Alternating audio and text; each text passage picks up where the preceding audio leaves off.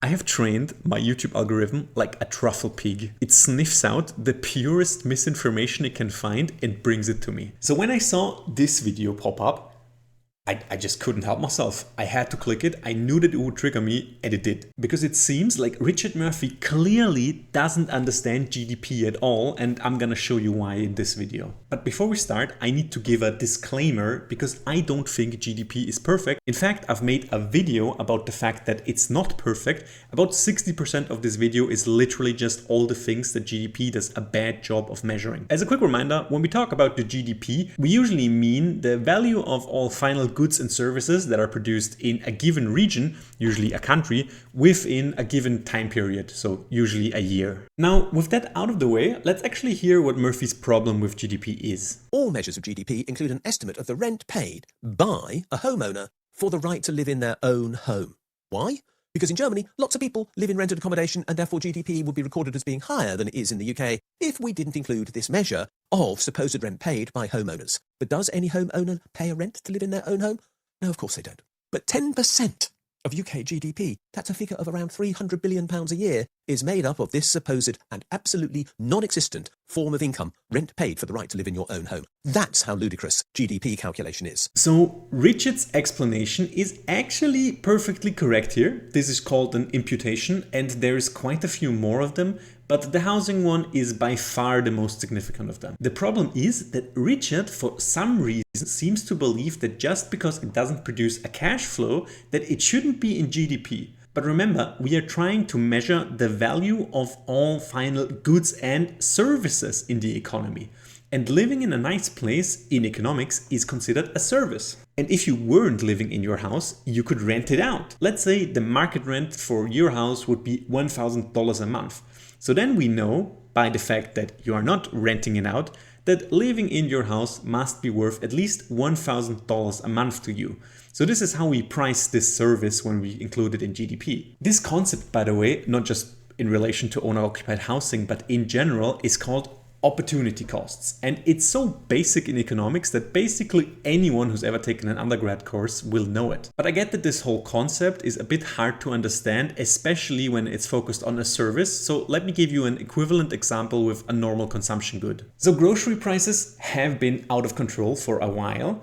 And let's say as a result of this, a lot of people just started gardening and growing their own food, maybe baking their own bread, just generally producing a lot of what they eat at home. As a result of this, of course, we will see a corresponding drop in supermarket sales. And now all the food that is being produced at home does not lead to a cash flow that we can measure for GDP. But because neither production has changed, we still have to grow all the food, nor has consumption, we still eat all the food, we still want to measure this in GDP since it's still part of output and it's still part of consumption. So in this case, we need an imputation. Fun fact, most countries actually include home agricultural production in their GDP. It just ends up being really insignificant. So remember when Richard gave his example? Because in Germany, lots of people live in rented accommodation and therefore GDP would be recorded as being higher than it is in the UK if we didn't include this measure of supposed rent paid by homeowners. He actually gives us the entire motivation for why we even do this imputation in the first place. It would be bad if GDP was measured higher in Germany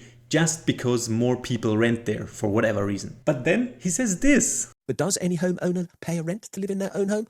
No, of course they don't. That's how ludicrous GDP calculation is. This might not seem super important, but if Richard doesn't understand why these imputations need to be in there, Richard fundamentally does not understand the point of GDP. But this isn't the only thing that irks me about this video, far from it. Here, for example, Richard is essentially making a sort of broken window fallacy argument. He says that GDP rises when society is damaged. Oil spills raise GDP.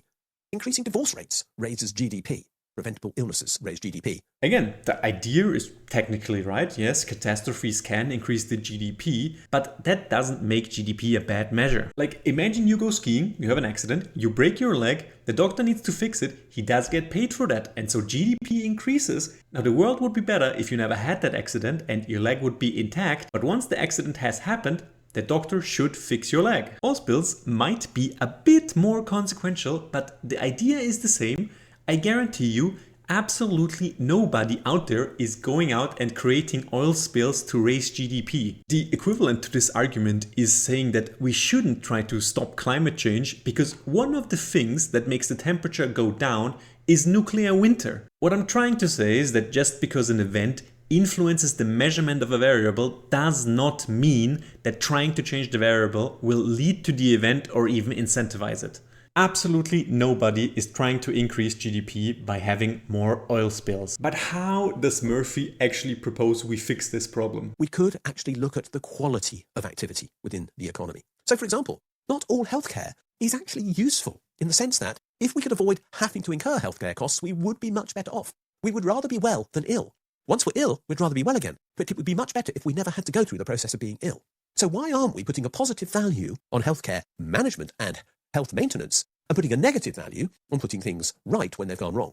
That would value prevention. That would value quality. Now, this might sound very nice, but let's not forget that the scrupulous GDP maximizing politician of Murphy's world is out there creating oil spills to raise up the economy. So if we now change the measurement of the economy to decrease when they fix something that's broken, this new economy maximizing politician might do everything in their power to prevent you from breaking your leg, but once it's broken, they ain't gonna fix it. You're gonna be put down like a horse. And if this sounds unrealistic to you, that's good, because it is. Remember, the events might influence the variables, but that does not mean the causation goes the other way. Okay, I'm realizing that if I answer all of this in detail, this video is gonna take forever, so we're gonna speed things up. So here's all the things that can be debunked in 3 sentences or less. It is a measure of supposed national income. No, it's not. That's what gross national income is for. GDP can be measured as the sum of all income that is produced in a country, but that income can then just flow into another country.